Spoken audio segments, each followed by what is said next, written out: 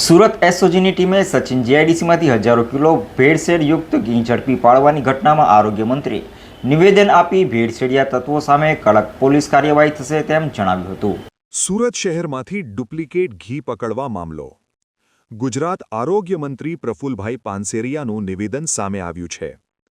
પ્રફુલ પાનસુરિયાએ જણાવ્યું હતું કે આવા ડુપ્લિકેટ વસ્તુ બનાવતા લોકો સામે કડક કાર્યવાહી થશે। ડુપ્લિકેટ પનીર કે ઘી કોઈપણ વસ્તુ બનાવશે તેની સામે પોલીસ હવે કાર્યવાહી કરશે। ગુજરાતની અંદર તમામ શહેરોમાં સૂચના આપવામાં આવી છે અને પોલીસની ટીમને અભિનંદન આપું છું કે આ કાર્યવાહી કરી રહી છે। પોલીસ અને આરોગ્યની ટીમ રાખી ભવિષ્યમાં સતત આવી કાર્યવાહી ચાલુ રાખશે। આજે ગુજરાતમાં છેલ્લા 2 મહિનાથી જે ડ્રાઈવ ચલાવી રહ્યા છે, ડુપ્લિકેટ ઘી, પનીર વગેરે બનાવનાર લોકો પર બરોબર કાનૂની પાઠ બનાવી રહ્યા છે।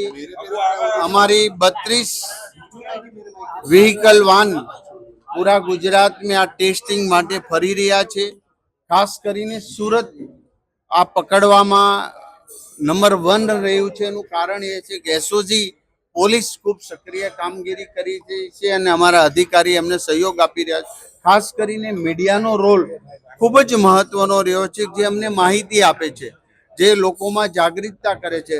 એનાલોગ પનીર અને ઓરિજિનલ પનીરમાં આજે ઘર ઘર તક સુધી સાચી માહિતી પહોંચાડી એના હિસાબે સુમુલ ડેરીમાં 1 કરોડથી 1.25 કરોડ રૂપિયાનું વધુ પનીર વેચાવા લાગ્યું છે અને ડુપ્લિકેટ એ પનીર સુરત શહેરની અંદર ખાતા બંધ થઈ ગયા। એ જ રીતે પૂરા ગુજરાતમાં આવી ડ્રાઈવ ચાલશે। આ એક દિવસ પૂરતું નથી અને જે બદમાશ લોકો આ પ્રવૃત્તિ કરી રહ્યા છે એ આ માધ્યમ દ્વારા સાંભળી લે અને નહીં સાંભળે તો એને પકડવામાં આવશે। અમને માહિતી આપનાર અમારું ઘણીવાર આવું ડુપ્લિકેટ બનાવીને અમારો કાન પણ પકડે છે મીડિયાવાળા, એને અમે પોઝિટિવ તરીકે લઈએ છીએ। હજી માહિતી વધુમાં વધુ લોકો સુધી જાય અને મારી એક વિનંતી છે કે સસ્તું ખરીદવા જશો તો ચોક્કસ પ્રકારે ભેળસેળવાળું છે।